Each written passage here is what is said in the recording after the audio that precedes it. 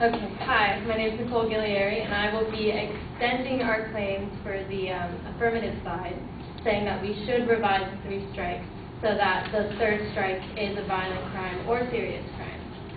So my opponent said that the 3rd strike doesn't necessarily matter if the 1st or 2nd is violent or serious. However, I would like to contrast that by saying the 3rd strike is the reason they go to jail. The 3rd strike is the catalyst for why it happens, and if it's not violent, then it doesn't really show any purpose to serve 25 years or life. So with that, I'd like to provide some examples. Author Dan Glaister provides an example that 65% of those imprisoned under 3 strikes in California were convicted of nonviolent crimes. 354 of them received 25 years to life sentences for petty theft of less than $250. Robert Loomis's 3rd strike was theft of a $37 calculator. His prior strikes were residential burglaries committed between 1986 and 1989. Michael Morgan is serving 25 to life for stealing $25. His last strike, burglarizing a garage, occurred a decade ago. Another example, in 2005, Steve Cooley, the district attorney of Los Angeles County, ordered a review of cases to identify 3-strike inmates who had not committed violent crimes and whose life sentences a judge might deem worthy of second look. His staff came up with a list of more than 60 names. And finally, a sub-point for how the 3-strike law is unreasonable periods of jailing and treatment.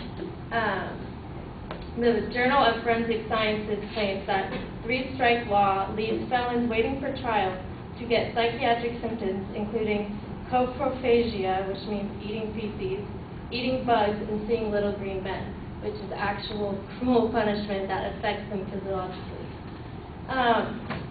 Okay, for our second inherency claim, the current law causes excessive costs to the state, and we emphasize overcrowding. According to author Rose Braz, since 1984, California has built 20 prisons and only 1 new university. Despite the building room, the Legislative Analysis Office projects that California will exhaust all available prison space by 2000.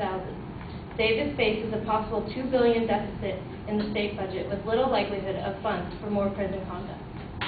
Another example, from 1994, the year of the law's passage until 2005, design capacity increased by 18,884 beds, whereas the population of the state's severely overcrowded prisons increased from 47,898 inmates.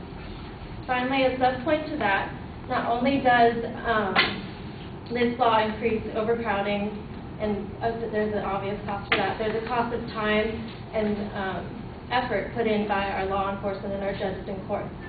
So an example of that is studies have found that 3 strikes is linked to unintended consequences such as strain on local law enforcement operations, jails, and courts. Our solvency claim is by making the 3rd strike be a violent or serious felony, it will reduce cost, time, and wrongful punishment. I'd like to contrast the current law with a law that, or our policy that would go into effect. The current law, the use of wrongful punishment does not deter criminals from committing violent crimes. With the current law, a criminal with 2 strikes can face long prison terms if convicted of a 3rd serious violent crime, a penalty that approaches that for homicide. Under these conditions, there would be little marginal deterrence to dissuade a criminal from committing homicide, and doing so lessens the chance of resistance, arrest, and conviction. A second would be that 3-strike opponents claim that the statute is misguided because it targets older offenders who are reaching the end of their crime-prone years.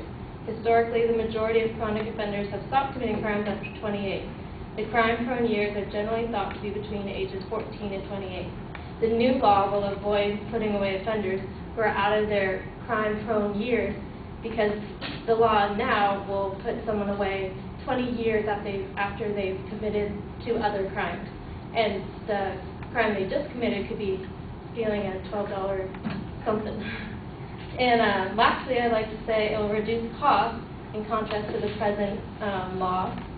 with the example that in just the first 5 years of the law implementation, the proportion of new felony admissions above the age of 40 increased from 15.3% in 1994 to 23.1% by 1999.